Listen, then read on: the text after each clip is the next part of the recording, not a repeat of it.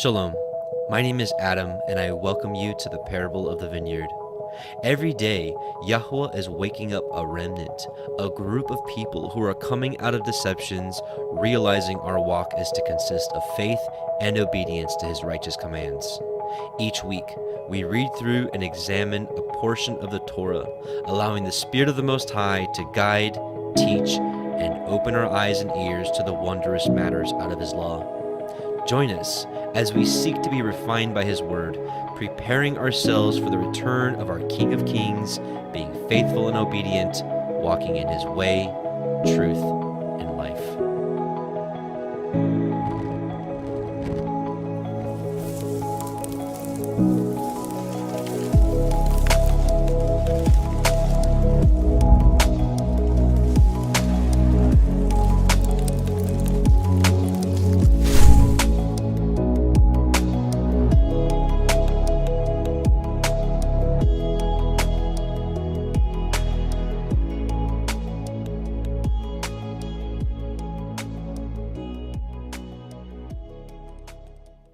Shabbat Shalom, brothers and sisters. Welcome back to the Parable of the Vineyard YouTube Torah portion live stream. My name is Adam, your host, and this is week 24, and we are in Vayikra. This is Leviticus, chapter 1, verse 1 through 6, 7. And so now we finished Genesis, we finished Exodus, and now we're in Leviticus. So, Genesis is kind of the history of the creation, the history of the people. The Exodus, of course, is leaving Egypt and building the tabernacle and giving the law and setting things straight. And Leviticus, Vayikra, is all about drawing near to Yahuah. So, I think for many of us, we're like, oh, Genesis is great, Exodus is great, Numbers is great, Deuteronomy, awesome. What do we do with Leviticus? Other than like Leviticus 23, what do we do with it? I've kind of felt the same way for a long time, but I think the longer we continue to do this, the more Yah will give us wisdom and understanding.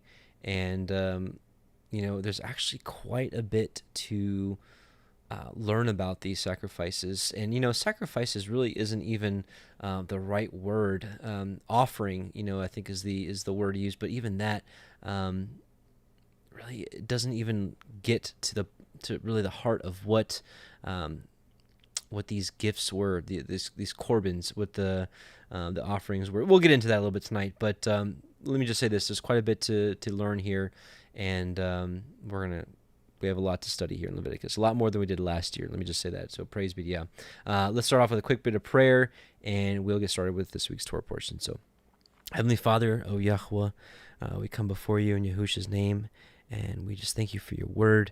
We just ask you to open our eyes and ears to understand it better, that we may walk it out and be hearers and doers of your word. And we just bless you and thank you on this Shabbat. Thank you for allowing us to gather together and to study your word and to grow together like tender plants. We love you and bless you in Yahusha's name. Amen.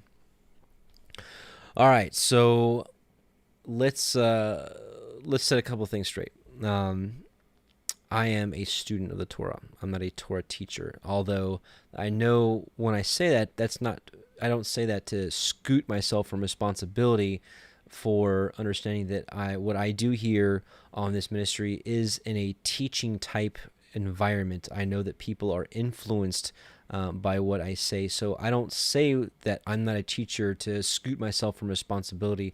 I do understand that everything that I say can and will be held against me. No, that I will have to take account for that, and I know that people that are in these types of roles are held to a higher standard. So I recognize those things.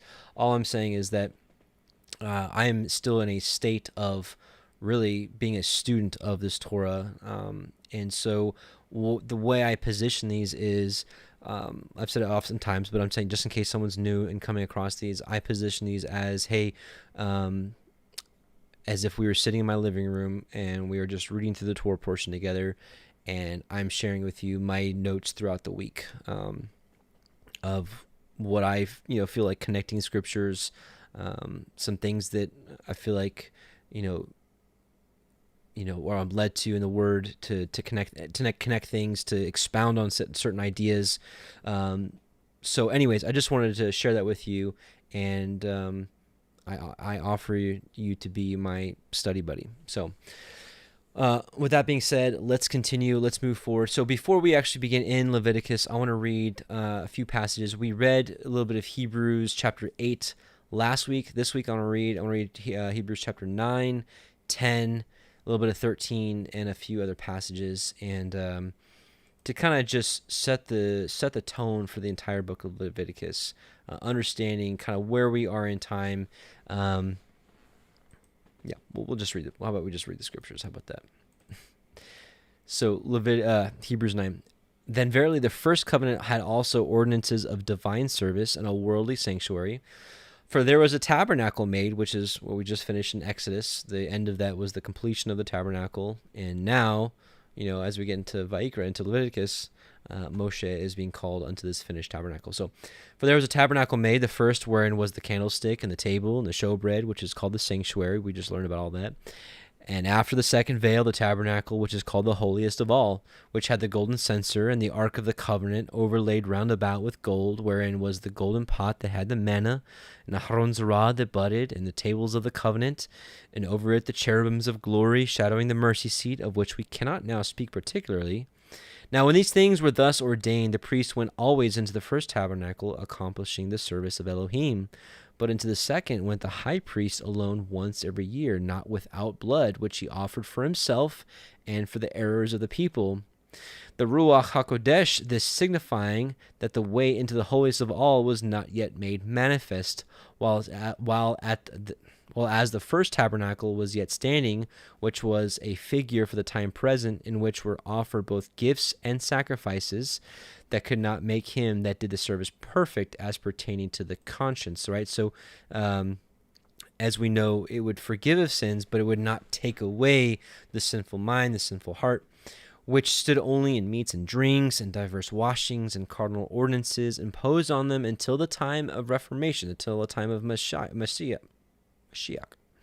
But Mashiach, being come and high priest of good things to come, by a greater and more perfect tabernacle, not made with hands, that is to say, not of this building, neither by the blood of goats and calves, but by his own blood he entered in once into the holy place, having obtained eternal redemption for us. Hallelujah. For if the blood of bulls and goats and the ashes of an heifer sprinkling the unclean sanctifieth to the purifying of the flesh, how much more shall the blood of Mashiach, who through the eternal Spirit offered up himself without spot to Elohim, right? He was without sin. Purge your conscience from dead works to serve the living Elohim. And for this cause, he is the mediator of a renewed testament, that by means of death, for the redemption of the transgressions that were under the first testament, they which are called might receive the promise of eternal inheritance. For where a testament is, there must also a necessity be the death of a testator. For a testament is of force after men are dead, otherwise it is of no strength at all while a testator liveth. Whereupon neither the first testament was dedicated without blood, for when Moshe had spoken every precept to all the people according to the Torah, he took the blood of calves and of goats with water and scarlet wool and hyssop, and sprinkled both the book and all the people, saying, This is the blood of the testament which Elohim hath enjoined unto you. Moreover, he sprinkled with blood both the tabernacle and all the vessels of the ministry.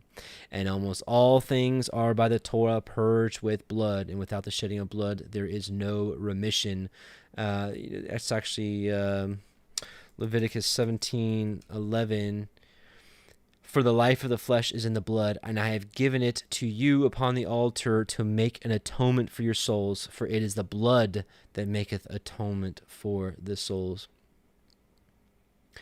It was therefore necessary that the patterns of things in the heavens should be purified with these, but the heavenly things themselves with better sacrifices than these.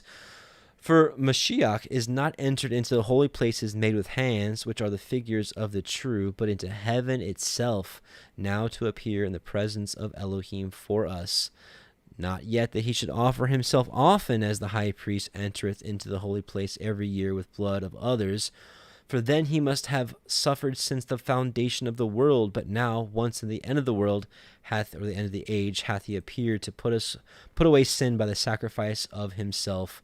And it is appointed unto men to die once, but after this judgment. So Mashiach was once offered to bear the sins of many, and unto them that look for him shall he appear the second time without sin unto salvation. Right? So here it says, but now in the end of the age hath appeared to put away sin by the sacrifice of himself. And that was really the whole thing about Daniel 9. The Daniel 9 prophecy was that 70 weeks are determined upon thy people and upon thy holy city to finish the transgression and to make an end of sins. Right? So put away sin by the sacrifice of himself, so that make an end of sins, and to make reconciliation for iniquity, and to bring in everlasting righteousness, and to seal the vision and prophecy, and to anoint the most holy. And then know, therefore, and understand that the going forth from the commandment to restore and to build Jerusalem unto Messiah the Prince shall be 7 weeks. And then it says here, after 60 weeks, Messiah shall be cut off. In the Septuagint, it says Messiah shall be destroyed, but not for himself. So this is definitely him being killed, but not for himself and the people. And so anyways, and he shall confirm, so I believe this is still talking about Messiah, and he shall confirm the covenant with many for 1 week. In the midst of the week, he shall cause the sacrifice and oblation to cease. Right, so Messiah cut off the sacrifices, not the Antichrist, and for the overspreading of abominations of Jerusalem, because of Jerusalem was just filled with abominations, he shall make it desolate, which he did, even until the consummation, and that is determined shall be poured upon the desolate. So, anyways, I don't want to get into a whole Daniel 9 thing, but just want to show you that that was the whole prophecy of Daniel 9, is that he would come to make an end of sins. Not that people still can't sin, but his offering up for it and the putting away of the sacrifice for sins. Hebrews 10:1. For the law, having a shadow of good things to come, and not the very image of the things, can never, with those sacrifices which they offered year by year continually, makes the comers thereunto perfect. Right? It would offer up atonement. It would offer up forgiveness, because we know, as we'll see, when the person would bring that animal, it was in place of, they would put their hands on the head and they would kill it themselves, right? So it increased the seriousness of that. You killed that animal in front of the priests, and it was that innocent animal, right? That because the animal is innocent, it died in your place, right? But it didn't make the people perfect in their heart, right? It was just until Mashiach came and put away those things. So for then, would they not have ceased to be offered, right? So if they sacrificed, even just going back to the Day of Atonement, if the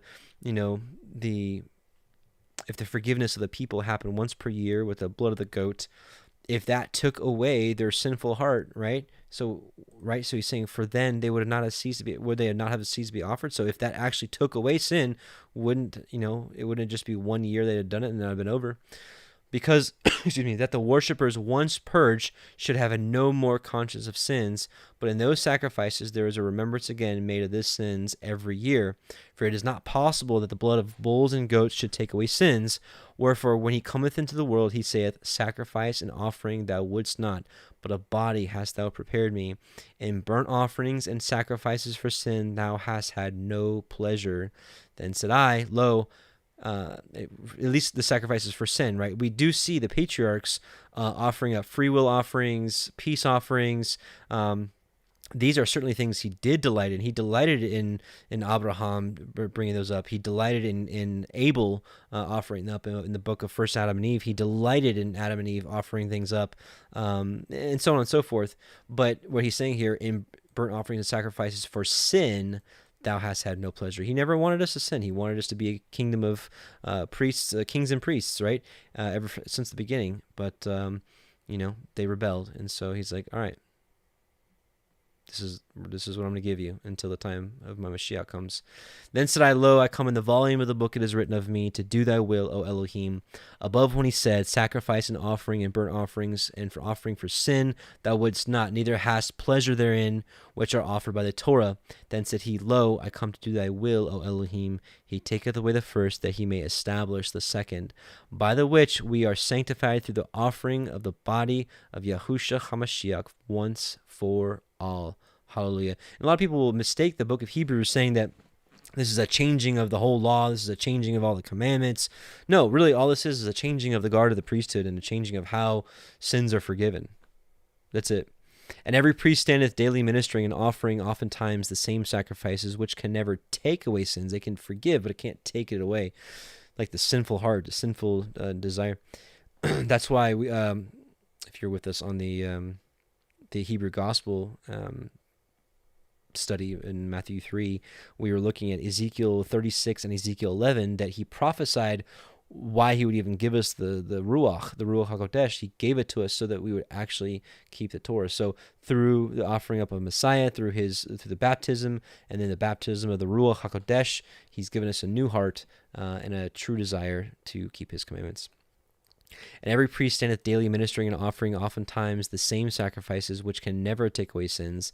But this man, after he had offered one sacrifice for sins forever, sat down on the right hand of Elohim, from henceforth expecting till his enemies be made his footstool.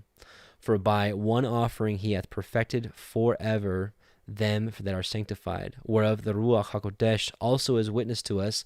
For after that he had said before, this is the covenant that I will make with them after those days, saith Yahuah. I will put my Torah in their hearts, and in their minds will I write them, and their sins and iniquities will I remember no more.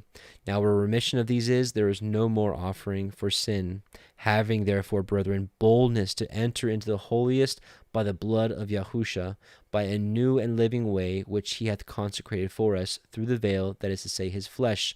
So, in another passage, Peter says that we are to offer up spiritual sacrifices. So, by the blood of Yahusha HaMashiach, who is the high priest, right, that we can boldly enter into, right? So, boldness entering the holiest by the blood of Yahusha. And having an high priest over the house of Elohim, let us draw near with a true heart in full assurance of faith, having our hearts sprinkled from an evil conscience and our bodies washed with pure water. Let us hold fast the profession of our faith without wavering, for he is faithful that promised. And let us consider one another to provoke unto love and to good works, not forsaking the assembling of ourselves together, as the manner of some is, but exhorting one another, and so much more as you see the day of approaching. And actually, we're going to just stop there. I don't want to get too far off subject. But one last thing. Sorry. One last thing about sacrifices. I just want to set the stage. Although when we read through Leviticus, we're not going to be doing these sacrifices right now. Now, in the future, the temple will there will be sacrifices. Ezekiel 40 through 48 is very clear that the sacrifices will resume, and he will take Levites again, and there will be peace offerings and free will offerings and those kind of things. But we'll talk more about that a little bit later. But what we will do through Leviticus is we will glean some of the concepts and ideas of some of the sacrifices to know that we offer them in a different way now. And that's kind of the heart of what I want to get at. So Hebrews 13 through 16. Let us go forth, therefore, unto him without the camp, bearing his reproach. This is all temple talk, right? This is all the tabernacle talk. For we have no continuing city, but we seek one to come. Right, we're waiting for New Jerusalem. By him, therefore, this is by Yahusha, let us therefore offer the sacrifice of praise to Elohim continually, that is the fruit of our lips, giving thanks to his name. But to do good and to communicate, forget not, for with such sacrifices Elohim is well pleased. In any case, we'll read that a little bit later. Yeah, this is what I was talking about, 1 Peter 2:9, but you are a chosen generation, a royal priesthood, right? So Peter's calling us a priesthood through our high priest, Yahusha, of the order of Melchizedek, and holy nation, a peculiar people, that you should show forth the praise of him who hath called you out of darkness into his marvelous light, his marvelous Torah. So we are to, spiritual sacrifices. I think that's 5. 1 Peter 2:5. Is that right? Yeah.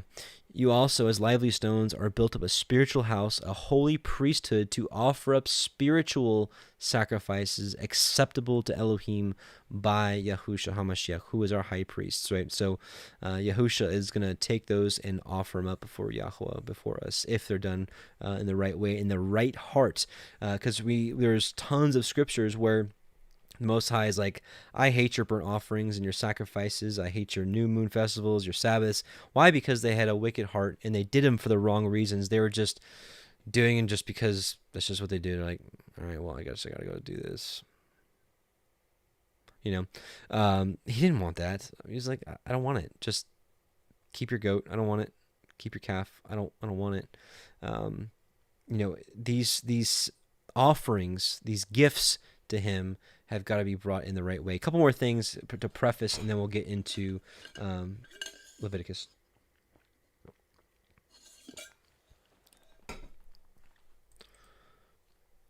Romans 12:1. I think this really captures the whole thing. I beseech you, therefore, brethren, by the mercies of Elohim, that you present your bodies a living sacrifice, holy, acceptable to Elohim, which is your reasonable service. I think that really just captures, you know, where we're supposed to be, what we're supposed to be doing.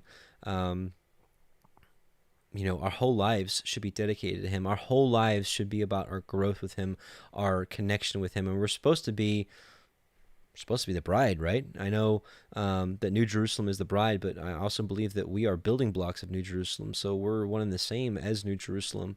You know, if we're supposed to be married unto him, if we're espoused to him essentially right now, I mean, it should be all about him. He should be the center of our lives for everything we do.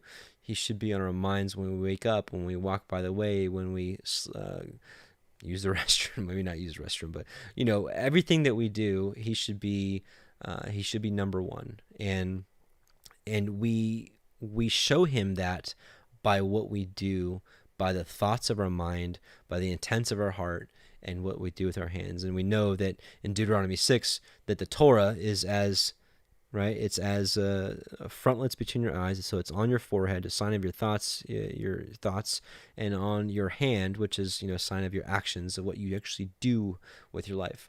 2 Corinthians 2:14. Now thanks be unto Elohim, which always causeth us to triumph in Elohim. That's not what I wanted. I think it might have been first.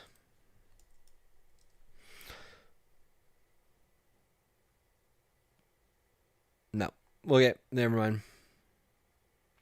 Ephesians 5:2, and walk in love as Mashiach also has loved us, and hath given himself for us as an offering and a sacrifice to Elohim for a sweet-smelling savor, right? So he offered up himself as one of those sacrifices. And something I really have enjoyed as of late, these Aramaic Targums, check out Psalm 50. I want to read this. This is amazing. Here we go. Psalm 50. A hymn composed of Asaph. Mighty is Elohim. Yahuah spoke at the creation a song, and he carved out the earth from the rising of the sun to its setting. The perfection and the beginning of the eternal creation is from Zion, and from there its beauty is complete. Elohim will be revealed. The righteous will say on the great day of judgment, our Elohim will come, and he will not neglect to vindicate his people. A fire will blaze before him, and around him a storm will rage mightily. He will call to the angels of the height above, and to the righteous of the earth below, to extend judgment to his people. Now listen to this. This is an amazing passage. Gather to me, my pious ones, who have kept my covenant, and fulfilled my Torah, and have engaged in prayer, which is likened to a sacrifice. Did you hear that? Right? They fulfilled my Torah and have engaged in prayer, which is likened to a sacrifice. And I really think that alongside Romans 12:1, I think that really captures, quite frankly, what my whole point of this entire Torah portion will be, and probably most of Leviticus moving forward, is I think we can take a lot of these sacrifices and kind of position them in a specific way, and we can we can have our prayers be specific and our offerings up to Yahuah being specific based on some of these offerings in the physical that we've seen, but now kind of transpose them into the spiritual sense, if that makes sense. So, okay, and just, I'm sorry, a few more. We read this actually in the Hebrews version, so that's fine. We read this actually as well, Psalm 40. 1 Samuel 15, 22 through 23. And Samuel said, hath Yahuah as great delight in burnt offerings and sacrifices as in obeying the voice of Yahuah? Behold, to obey is better than sacrifice, and to hearken than the fat of rams. For rebellion is as the sin of witchcraft, and stubbornness is as iniquity and idolatry. Because thou hast rejected the word of Yahuah, he hath rejected thee from being king. This, of course, was to Saul, but hey, if we want to be kings and priests, we ought to follow this. We ought to follow these instructions too, should we not? Okay, so let's get to Leviticus. All right, so Leviticus 1:1. And Yahuah called unto Moshe and spoke unto him out of the tabernacle of assembly, saying, so Yahuah called unto Moshe, so Vayikra, so that's the name of this Torah portion, Vayikra, and he called. And, this is a very significant type of call. This call of meeting is very, very intimate, much different than different types, different versions of this word that was used. But anyway, so verse 2, speak unto the children of Yisrael and say unto them, if any man of you bring an offering unto Yahuah, ye shall bring your offering of the cattle, even of the herd, and of the flock. So this is, I want to spend a few minutes on this real quick. Let's look at Leviticus 1:2. So speak unto the children of Israel and say unto them, if any man of you bring an offering. Let's take a look at this, H7133. This is the word korban. And some of you might recognize that word. Yahusha talked about korban, right? A gift. He was teaching the Pharisees about their hypocrisy when, he taught about in the Torah where, in the Torah, a man's supposed to take care of his parents, but the man-made traditions had basically said, hey, anything that you give to the temple, it'll be a korban, right? You don't have to, therefore you don't have to give to your parents, right? So Yahusha rebuked them for saying, for basically changing the Torah and excusing themselves from helping their parents, and just giving it to the temple instead. And so obviously that was a greedy way of having more income come into the temple as opposed to helping person's own parents. But anyways, so korban, right? So this is the word that's used pretty much all throughout Leviticus, is what's translated as offering or oblation or sacrifice. So offering or oblation. But really, we need to look at the root word of korban and look at karab, and this is really where we understand of what this offering really is. It's an offering to do what? To come near, to approach, to enter into, to draw near, to approach, to bring near, to bring present. And so really what this whole offering system was about was to show the children of Israel how to draw near to him, because the Most High is Kodesh. He is set apart. He is set apart from the world. He's different than the world. And those that want to draw near to him have to do it in the way he's said to. And so these offerings, these korbans, right, he's telling us how to karab, how to draw near to him, how to come closer to him. And so some of the offerings are actually, there's actually a write-up here that Brother Patty Dobbs sent me, which is really cool. I want to share it with you. Here's the different, can I do a screen share? I want to show you this PDF he sent me. Pretty interesting. Can I screen share it? No.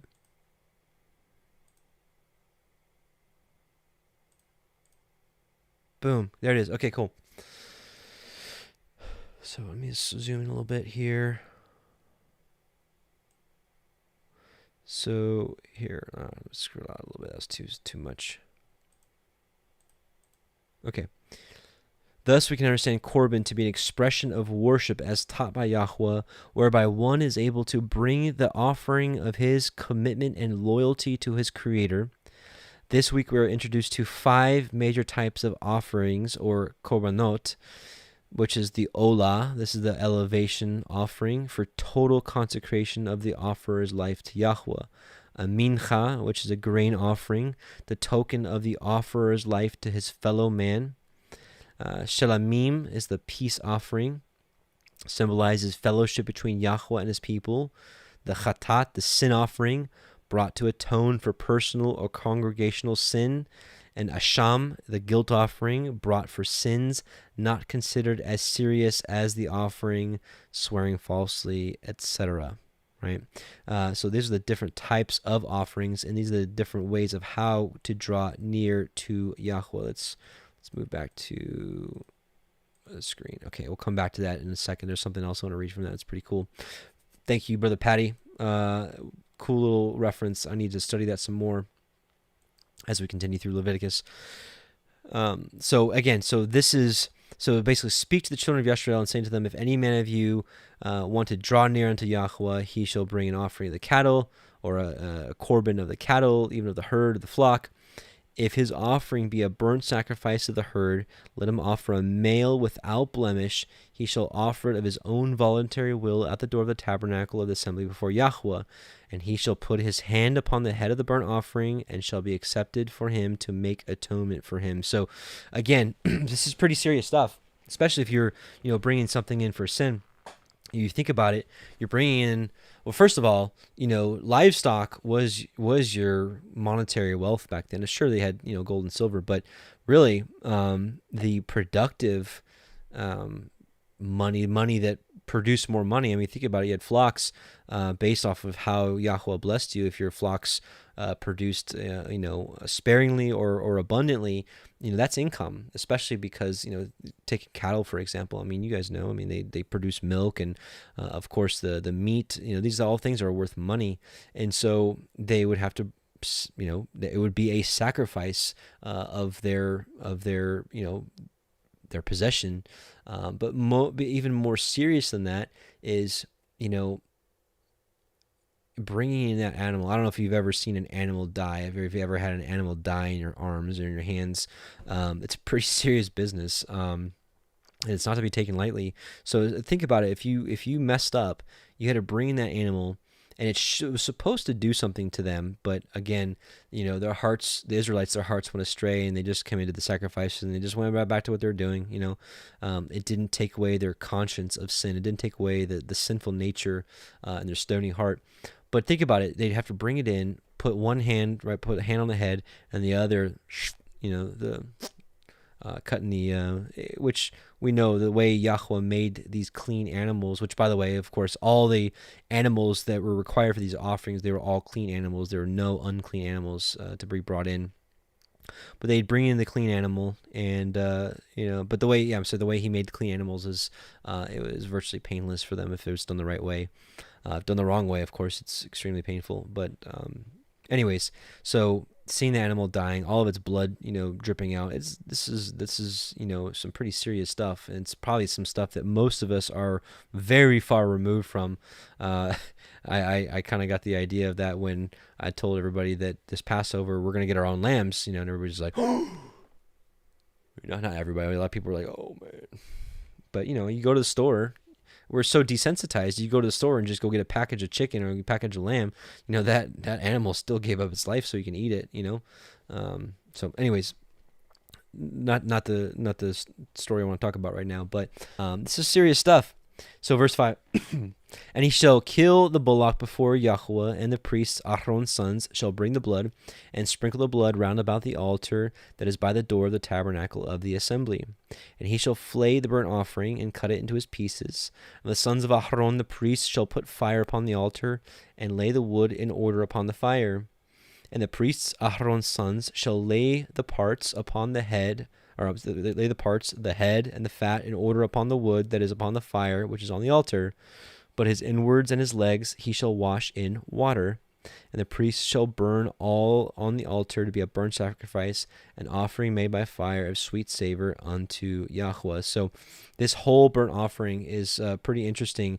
And when you look in the Hebrew, there's something really interesting to be gleaned here. Again, thanks, Patty, for sharing this with me. It's some stuff I never had seen before. And these are the kind of things I want to learn this year, and we can learn together. I've always believed there's much more we can glean from Leviticus than just like, okay, this animal was sacrificed, and okay, and now what? Okay, we don't have to do those, so what does it matter? I knew there was a lot more to it, and that's something that I really would like to glean more of this year and like to share that with you. So let's take a look at this. So okay, let's go another direction. As we look at the first three offerings, there is a phrase repeated 10 times. It is actually only two Hebrew words: a burnt offering, an offering made by fire. Let's play with these Hebrew words a little bit. We can change the vowels because actually vowels were added much later to the ancient scrolls. Thus, we can arrive at a whole new meaning. An ascending woman or an ascending wife. The first verse where these words appear is in Vayikra 1:9, which is where we just finished, and we find other interesting words when we play with the vowels or a word. Vayikra 1:9, but he shall wash its inner parts, can also mean they shall draw near, and its legs can also mean and they shall bow with water, and the priest shall burn on the altar as a burnt offering, shall burn all on the burnt altar. The priest shall burn all on the altar as a burnt offering, an offering made by fire, a sweet aroma to Yahuah. Putting this all together, I came up with something like this. Vayikra 1:9, and they shall draw near, and they shall bow. He shall wash with water, and the priest shall burn all on the altar as an ascending wife, a sweet aroma to Yahuah. Right? So, wow, do you see a picture here of the bride drawing near, humbling herself, and allowing herself to be washed with water by the word, washed with the water of the word. She becomes a living sacrifice on the altar, a sweet aroma to Yahuah. We can see this picture in these verses from the Brit Chadashah. And actually, these are the verses I put up earlier about being a living sacrifice. Now thanks be to Yah, who always leads us in triumph in Messiah, and through us diffuses the fragrance of his knowledge in every place. For we are to Yah the fragrance of Messiah among those who are being saved and among those who are perishing. Ephesians 5:2, and walk in love as Messiah also has loved us and given himself for us, an offering and a sacrifice to Yah for a sweet smelling aroma. Praise be to Yah. And actually, I didn't pull this up earlier, but I'm pretty sure we see that. Let's see, where is it? Is it Revelation 5? Hang on. I think it's in Revelation 5. Give me 1 second.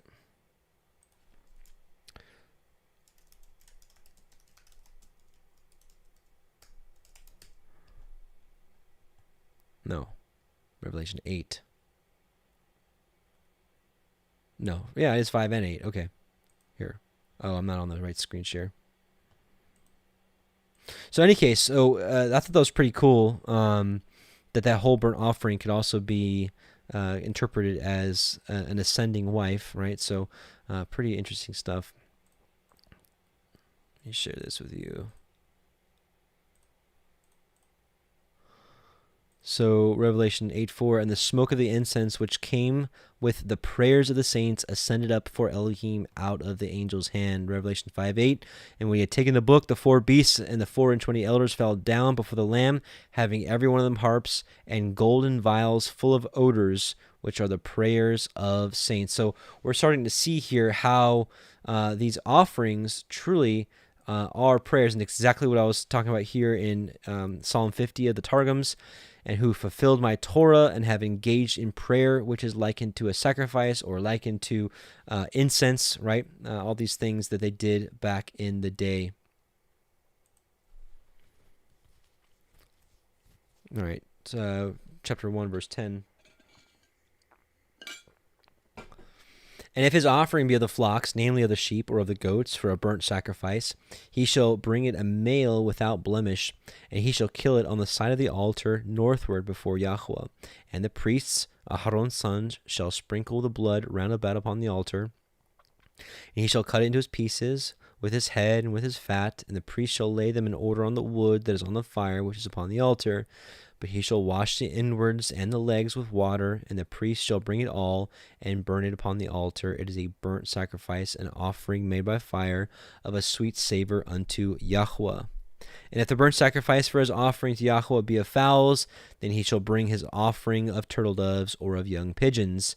And the priest shall bring it unto the altar, and wring off his head, and burn it on the altar, and the blood thereof shall be wrung out on the side of the altar. That word wring it off just makes it sound so vicious. And he shall pluck away his, I'm not laughing. I'm just like, the way it sounds, just like, he should wring off his neck. And the blood thereof shall be wrung out at the side of the altar.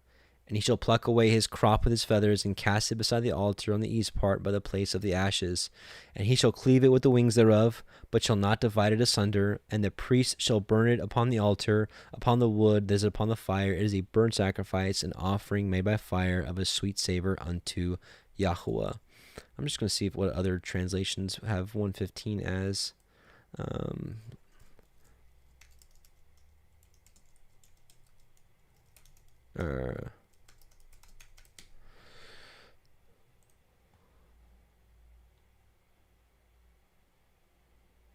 Yeah, okay. All right.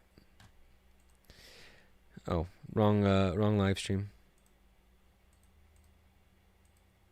Okay. Chapter 2. And when any will offer a meat offering unto Yahuah, his offering shall be a fine. This is the grain offering. This is the mincha.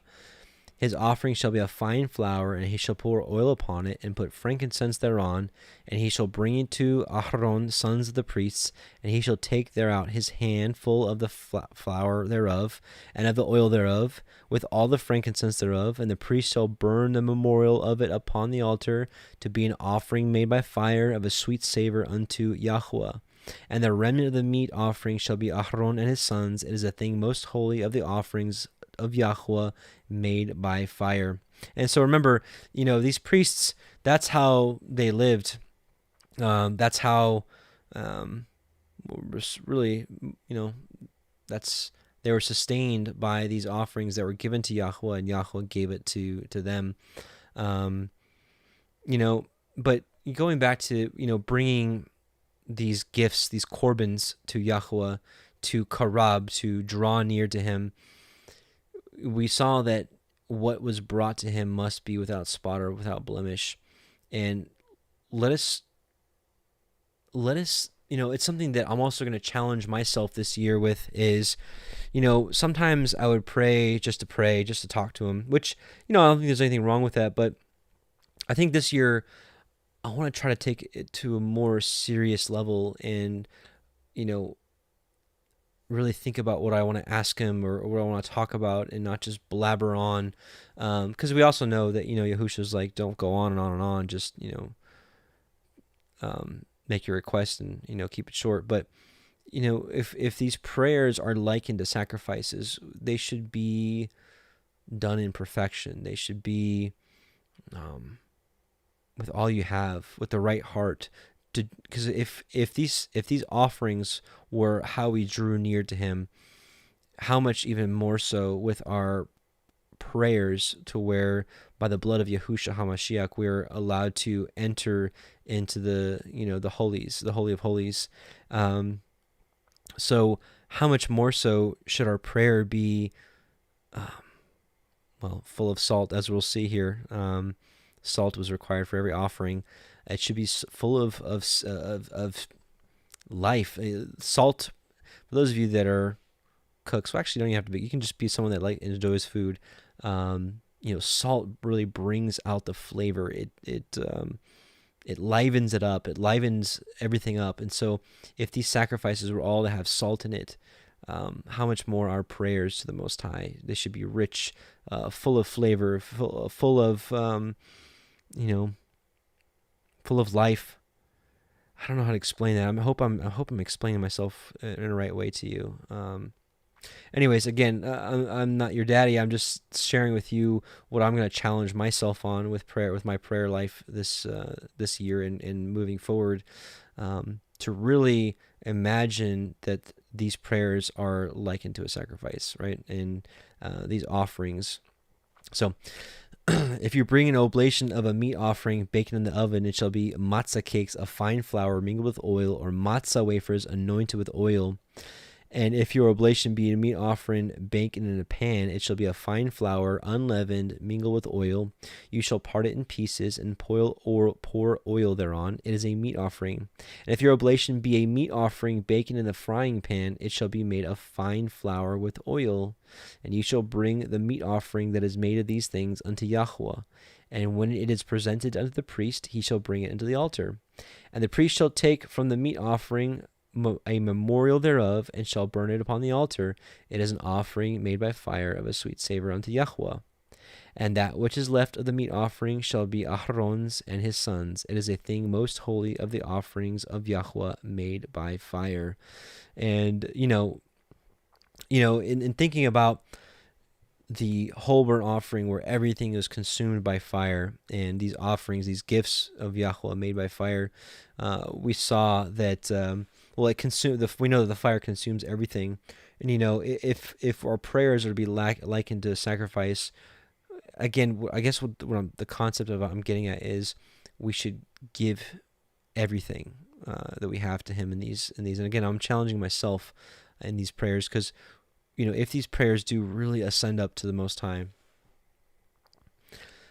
man, I mean, that's powerful. That is some powerful stuff, especially, if we're praying for each other and for the right reasons. And remember, when we're doing those kind of specific prayers, when I pray these in live streams, I keep them, I don't make them very specific. Like, I wouldn't tell you, I wouldn't pray for somebody specifically in front of you, because that would be like a show of, you do. That's where Messiah is like, pray in private, so it's like, if you want to pray for somebody specific, do it in private, do it in your own closet. Whereas, when I do pray for, these meetings, these gatherings, typically it's very broad and thanking the Most High and asking Him to bless it, those type of things. But regardless, let's challenge ourselves to give it our all. Whenever we do come before the Most High in these prayers, let's give it everything we have. And again, I'm challenging myself on this.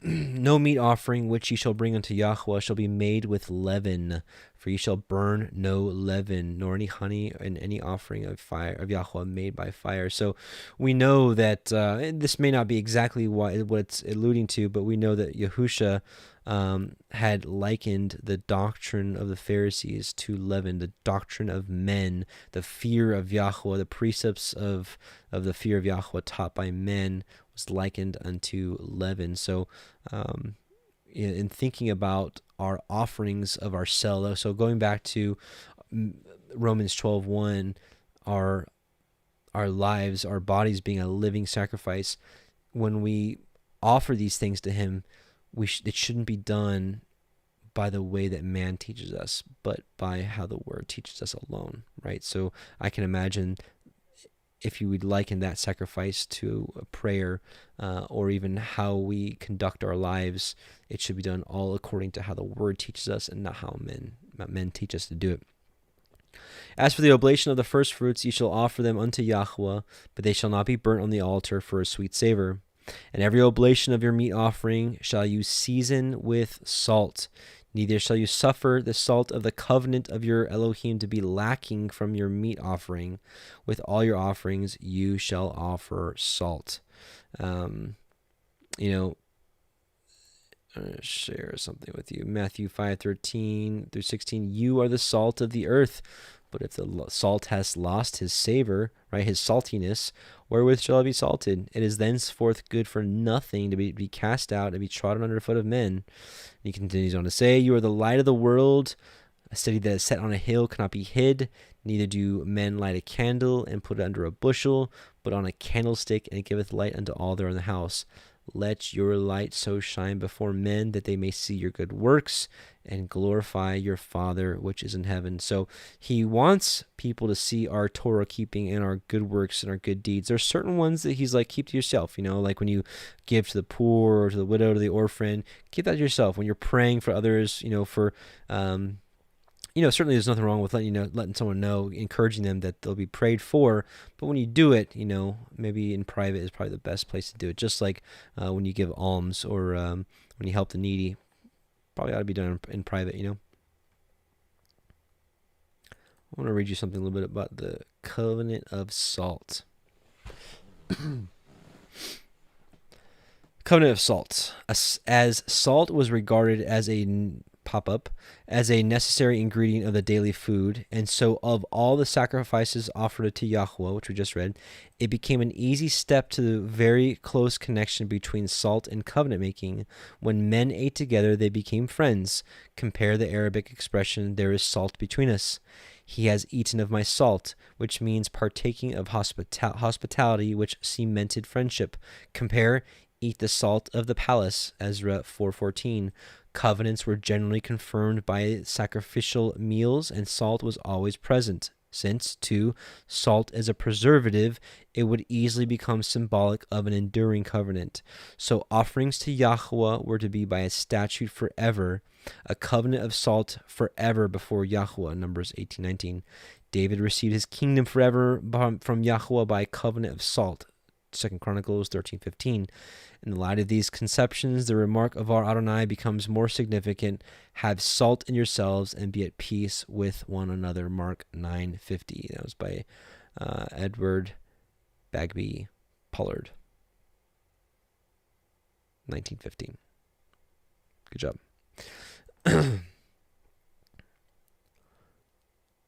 Okay. So have some flavor. Have some flavor in your prayers. Hang on. I gotta put my fashion glasses on. And if you offer a meat offering of your first fruits unto Yahuah, you shall offer for the meat offering of your first fruits green ears of grain dried by the fire, even beaten out of full ears. Now, actually, I meant to back up here, verse 12. As for the oblation of the first fruits, you shall offer them unto Yahuah, but they shall not be burnt on the altar for a sweet savor. That was kind of interesting. The 144,000, Revelation 14:1-5, and I looked, and lo, a lamb stood on Mount Zion, and with him 144,000, having his Father's name written in their foreheads. And I heard a voice, as it were, from heaven, as the voice of many waters, as the voice of a great thunder. And I heard the voice of harpers, or guitarras, harping with their guitarras. And they sung, as it were, a new song before the throne and before the four beasts and the elders, and no man could learn that song but the 144,000 which were redeemed from the earth. These were they which were not defiled with women, for they are virgins. These are they which follow the Lamb whithersoever he goeth. These were redeemed from among men, being the first fruits unto Elohim and of the Lamb. I do believe that the 144,000 and the great multitude do escape. I know there's some people that would unequivocally say that the 144,000 are martyrs and killed. I would just respectfully disagree. And, I think it's interesting that here in Leviticus, it says here, the first fruits you shall offer them to Yah, and they shall not be burnt on the altar, right? So they kind of escape, the first fruits kind of escape that, right? Verse 15, and you shall put oil upon it and lay frankincense thereon. It is a meat offering, and the priest shall burn the memorial of it, part of the beaten grain thereof, and part of the oil thereof, with all the frankincense thereof. It is an offering made by fire unto Yahuah. Leviticus 3:1, and if his oblation be a sacrifice of peace offering, if he offer it of the herd, whether it be a male or female, he shall offer it without blemish before Yahuah. right? So you're drawing near, you're bringing your korban to karab, so you're bringing your gift, your offering to draw near to Yahuah. Your offering should be without blemish for Yahuah. So if you're going to draw near to him in prayer, it needs to be in the right heart, in the right ruach, for the right reasons. And who knows if Yahusha would offer that up for Yahuah as a sweet smelling savor. Verse 2, and he shall lay his hand upon the head of his offering and kill it at the door of the tabernacle of the assembly. And Aharon's sons, the priests, shall sprinkle the blood upon the altar round about. And he shall offer of the sacrifice of the peace offerings an offering made by fire unto Yahuah, the fat that covers the inwards, and all the fat that is upon the inwards, and the 2 kidneys, and the fat that is on them, which is by the flanks, and the caul above the liver with the kidneys, it shall he take away. And Aharon's sons shall burn it on the altar upon the burnt sacrifice, which is upon the wood that is on the fire. It is an offering made by fire of a sweet savor unto Yahuah. And if his offering for a sacrifice of peace offering unto Yahuah be of the flock, male or female, he shall offer it without blemish. If he offer a lamb for his offering, then he shall offer before Yahuah. And he shall lay his hand upon the head of his offering, and kill it before the tabernacle of the assembly. And Aharon's sons shall sprinkle the blood thereof round about upon the altar. And he shall offer of the sacrifice of the peace offering an offering made by fire unto Yahuah. The fat thereof and the whole rump it shall take off, hard by the backbone, and the fat that covers the inwards, and all the fat that is upon the inwards. And the 2 kidneys, and the fat that is upon them, which is by the flanks, and the caul of the liver with the kidneys, it shall he take away. And the priest shall burn it upon the altar. It is the food of the offering made by fire unto Yahuah. So it's interesting, taking away the kidneys. The kidneys they're called the hidden organs. They're the last you get to in the body. And so imagine that, in relating these sacrifices to a prayer, which is I think where we are in time right now. It's even very specific, even the kidneys are, taken out. So it's like every bit of you and your heart will be inspected. And I think we should fear and tremble that the Most High can see every part of us, including the kidneys, right? The hidden part within us. So let us always draw near with a perfect heart and not double-minded, but in singleness and in purity and of a settled and grounded heart that is set to do what's right before the Most High and not to have ulterior motives or anything that could blemish or stain that offering. Verse 12, 3:12, and if his offering be a goat, then he shall offer it before Yahuah, and he shall lay his hand upon the head of it, and kill it before the tabernacle of the assembly, and the sons of Aharon shall sprinkle the blood thereof upon the altar round about. And he shall offer thereof his offering, even an offering made by fire unto Yahuah, the fat that covers the inwards, and all the fat that is upon the inwards, and the 2 kidneys, and all the fat that is upon them, which is by the flanks, and the caul above the liver with the kidneys, it shall he take away. And the priest shall burn them upon the altar. It is the food of the offering made by fire for a sweet savor. All the fat is Yahuah's. And, what does the fat symbolize? The fat is obviously the excess, and the excess is Yahuah's. And, we think about that in our I guess you'd call them tithes. You'd still. We don't have a working priesthood and whatnot, but it's something to consider that there's somewhere you can put the fat to. If maybe you can find a family that's struggling, or a widow, an orphan, the poor in general. Since we can't give these things to a temple with a working priesthood, we can give the fat somewhere, right? And I know it's tough because I know that the government takes a good chunk of your money already, anyways. But I think there's been a lot of people out there that have found blessing in, regardless of that, finding a way to give a tenth or give some of the excess, to those that are in need. Because remember, the Pharisees and the Sadducees, they were keeping a lot of the check marks of the law, but the cause of the widow, the cause of the poor, the cause of the orphan did not come up before them in remembrance. They didn't take care of the weak amongst them, but they trampled them even more. So let's just consider that when thinking about the fat. But also, the fat is also the richest part of the animal. Fat is what flavors. We know that fats are what makes food, alongside with salt. Fats make tasty. Like oil is a fat that makes food tasty, or butter. Butter makes food tasty. That's fat. So thinking about just the flavor, right? So let's just think about these prayers that would have flavor, right? They would have salt. They would have fat being offered up before Yahuah. So I think truly we should have that kind of richness in our servitude to the Most High, our willing servitude to the Most High, and of course specifically in our prayer time and our intimate time that we have with Him.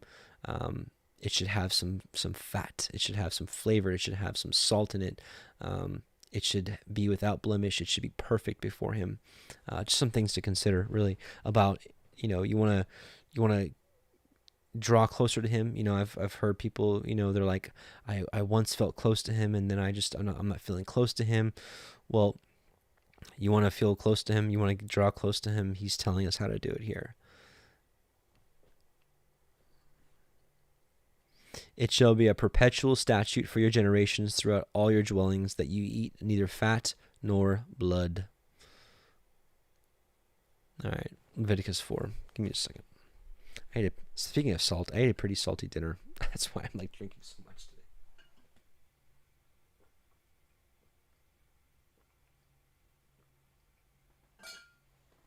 today. All right. I took the salt thing too seriously tonight. Leviticus 4. And Yahuah spoke unto Moshe, saying, Speak unto the children of Yisrael, saying, If a soul shall sin through ignorance against any of the commandments of Yahuah concerning things which ought not to be done, and shall do against any of them, if the priest that is anointed do sin according to the sin of the people, then let him bring for his sin which he has sinned a young bullock without blemish unto Yahuah for a sin offering. And he shall bring the bullock unto the door of the tabernacle of the assembly before Yahuah, and shall lay his hand upon the bullock's head, and kill the bullock before Yahuah. And the priest that is anointed shall take of the bullock's blood, and bring it to the tabernacle of the assembly. So again, remember, you mess up, you got to bring this bull unto into the tabernacle, the door of the tabernacle, and you got to slit its throat, and all the blood come out. And so that's the pattern. I mean, Yahuah set the pattern for his son Yahusha, that the blameless would take the place of the guilty. And that's what Yahusha was. Yahusha was blameless. He was blameless, and he took the place of us, the guilty. And the priest shall dip his finger in the blood, and sprinkle of the blood 7 times before Yahuah, before the veil of the sanctuary. And the priest shall put some of the blood upon the horns of the altar, sweet incense before Yahuah, which is in the tabernacle of the assembly, and shall pour all the blood of the bullock at the bottom of the altar of the burnt offering, which is at the door of the tabernacle of the assembly. And he shall take off from it all the fat of the bullock for a sin offering, the fat that covers the inwards, and all the fat that is upon the inwards, and the 2 kidneys, and the fat that is upon them, which is by the flanks, and the caul above the liver, with the 2 kidneys, it shall he take away, as it was taken off from the bullock of the sacrifice of peace offerings, and the priest shall burn them upon the altar of the burnt offering. And all the skin of the bullock, and all his flesh, with his head, and with his legs, and his inwards, and his dung, even the whole bullock shall he carry forth without the camp unto a clean place, where the ashes are poured out, and burn him on the wood with fire, where the ashes are poured out shall he be burnt. And if the whole assembly of Yisrael sin through ignorance, and the thing be hid from the eyes of the assembly, and they have done somewhat against any of the commandments of Yahuah concerning things which should not be done, and are guilty, when the sin which they have sinned against it is known, then the assembly shall offer a young bullock for the sin, and bring him before the tabernacle of the assembly. And so, we do things sometimes unintentionally and on accident. I know You know, we have all had a situation where, we may have said something, and we didn't really mean it that way, or we could have offended somebody, and later on they're like, oh yeah, that offended me, and you're like, oh, I'm sorry, or we did something on accident, those kind of things. I think we should, as soon as we're in private, I think we should get on our knees and ask the Most High for forgiveness, and in a true way, not just like, sorry, because I've got toddlers. I've got 5 of them, but 3 of them are toddlers. I got a 5, 3, and a almost 2-year-old, and we talk about forgiveness and asking for forgiveness, and sometimes like, I'm sorry, and that's obviously I got to teach them about a true apology, and how much more should our Father teach us about a true repentance, a true asking for forgiveness of things that we have done, and having a true repentant heart. And the elders of the assembly shall lay their hands upon the head of the bullocks before Yahuah, and the bullock shall be killed before Yahuah. And the priest that is anointed shall bring of the bullock's blood to the tabernacle of the assembly. And the priest shall dip his finger in some of the blood, and sprinkle it 7 times before Yahuah, even before the veil. And he shall put some of the blood upon the horns of the altar, which is before Yahuah, that is, in the tabernacle of the assembly, and shall pour out all the blood at the bottom of the altar of the burnt offering, which is at the door of the tabernacle of the assembly. And he shall take all his fat from him, and burn it upon the altar. And he shall do with the bullock as he did with the bullock for a sin offering. And he shall do with this, and the priests shall make an atonement for them, and it shall be forgiven them. And he shall carry forth the bullock without the camp, and burn him as he burned the first bullock. It is a sin offering for the assembly. When a ruler has sinned and has done somewhat through ignorance against any of the commandments of Yahuah Elohiym concerning things which should not be done, and is guilty, or if his sin wherein he has sinned come to his knowledge, he shall bring his offering, a kid of the goats, a male without blemish.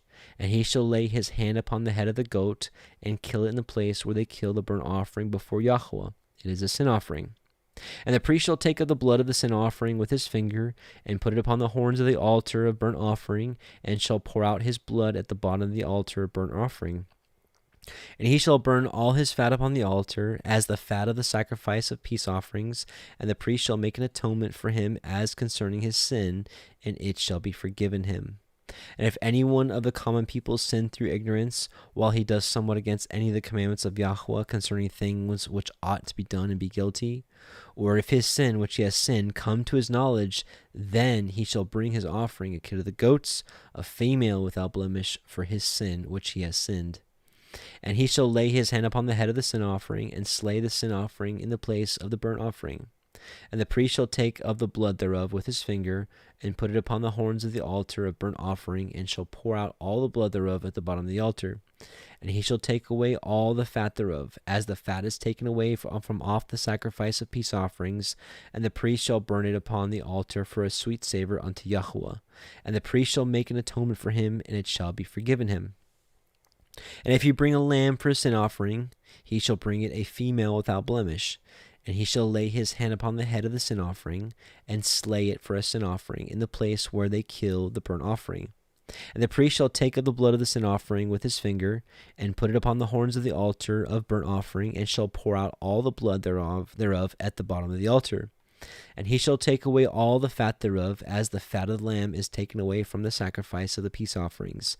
And the priest shall burn them upon the altar according to the offerings made by fire unto Yahuah. And the priest shall make an atonement for his sin that he has committed, and it shall be forgiven him.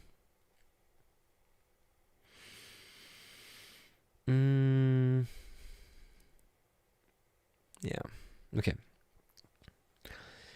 Verse Leviticus 5.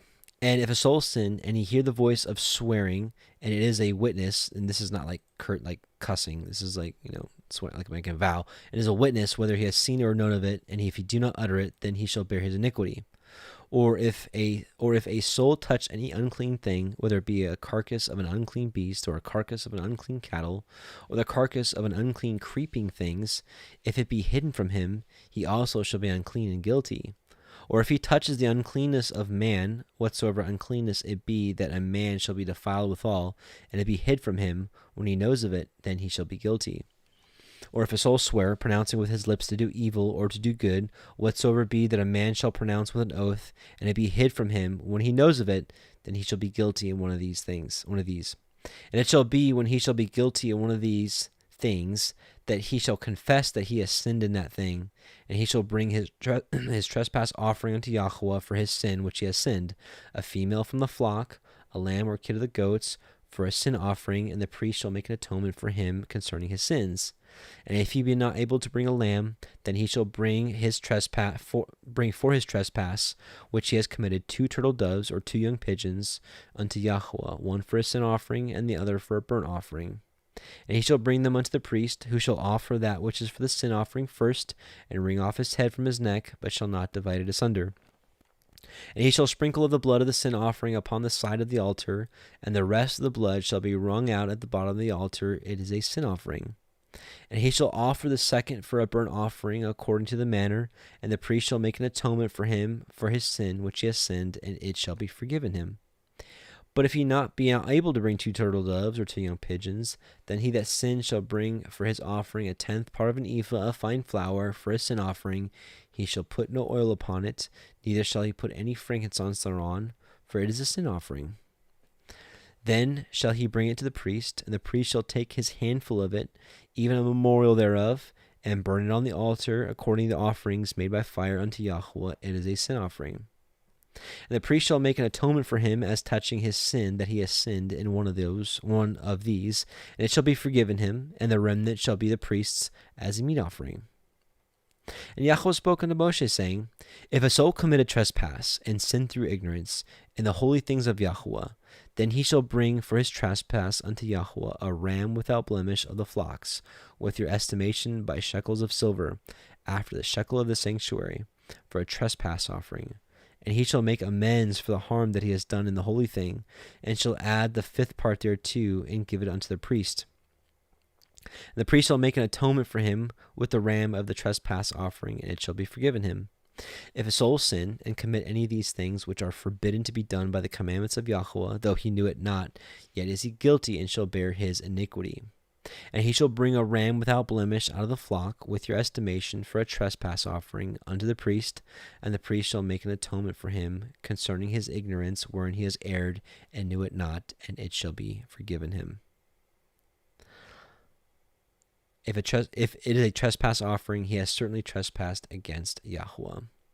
All right, chapter 6. And Yahuah spoke unto Moshe, saying, If a soul sin, and commit a transgression against Yahuah, and lie unto his neighbor in that which was delivered him to keep, or in fellowship, or in taking away by violence, or has deceived his neighbor, or have found that which was lost, and lies concerning it, and swears falsely in any of these that a man does, sinning therein, that it shall be, because he has sinned, and is guilty, that he shall restore that which he took violently away, the thing which he has deceitfully gotten, or that which was delivered to him to keep, or the lost thing which he have found, or all that which he has sworn falsely, he shall even restore it in the principal, and shall add the 5th part more thereto. Right. So, when it comes to thievery, you give back what's owed and a 5th. Right. So you're penalized for it. Right. And give it unto him who it appertains in the day of his trespass offering. And he shall bring his trespass offering unto Yahuah, a ram without blemish out of the flock, with your estimation, for a trespass offering unto the priest. And the priest shall make an atonement for him before Yahuah, and it shall be forgiven him for anything of all that he has done in trespassing therein. And that is the end of this Torah portion. And next week, we're going to get more into what the priests do. Did I want to read this? Let's see. Here, we'll save this for another time, actually. Yeah, we'll save that for another time. In any case, brothers and sisters, I pray that this might have been some sort of blessing to you. And again, the challenge is really, and how we're bringing these sacrifices and offerings unto Yahuah, these corbans, so that we can draw near to Yahuah through these means. And I don't know about you, but I'm going to take it a lot more seriously this year, and try to apply some of the things we can glean out of Leviticus. Again, thinking about the fat, thinking about the salt, thinking about the incense, thinking about our prayers being like raising up to the Most High as incense, that our prayers are like sacrifices. I'm gonna challenge myself to take it a lot more seriously this year, moving forward, and I'd offer that same challenge to you as well, if you feel led to, of course. But and it should be our best. We should be giving Him our best, not just specifically prayers, but our whole offering up to Him, our whole life being as a living sacrifice to Him. We know that He only accepted the best out of the flocks, and so truly we need to keep that into consideration with our whole lives being an offering unto Him, a gift unto Him, and really again enjoy that interpretation of the whole burnt offering could also be interpreted as an ascending wife, right? So just some interesting things tonight. So let's do a couple things. We're going to end with prayer, and with the prayer, the priestly blessing, and we'll end with a couple songs. We'll probably do the Song of Moshe and one of the other ones. So let's bow our hearts again. Remember, we talked about different types of prayer. So, Heavenly Father, Yahuah, we just come before you in Yahusha's name, and we thank you again for allowing us to gather together and to study your word. We pray that you give us understanding, for you are the revealer of wisdom, and you're the giver of understanding. We pray that you bless us liberally, as the book of James, Jacob says, ask of wisdom, and it shall be given to us. And so we do ask you, O Yahuah, to give us wisdom and understanding in your word, that we may better walk out your word with all trembling and fear. And we bless you and thank you, and we say Shabbat Shalom to you in your Son, Yahusha's mighty name. Amen and amen. So, Yevarechecha Yahuah veyish merecha Ya'er Yahuah panav elecha v'chum neka Yisa Yahuah panav elecha v'yasem lecha shalom. Yahuah bless you and keep you. Yahuah make his face shine upon you and be gracious unto you. Yahuah lift up his countenance upon you and give you peace, give you shalom. So I pray that your Shabbat is meaningful, set apart, joyous, restful, productive in the growth, in your growth, right? Not productive like around the house, like, right, but productive in growth. And again, as Jubilees 2 says, it's a day to eat and to drink and to bless him who has created all things. Praise be to Yahuah. Shabbat Shalom, brothers and sisters. And again, for those of you that are celebrating Passover this weekend, hope you have a great one. And Shabbat Shalom. We'll end with a couple songs. Let's do this one first.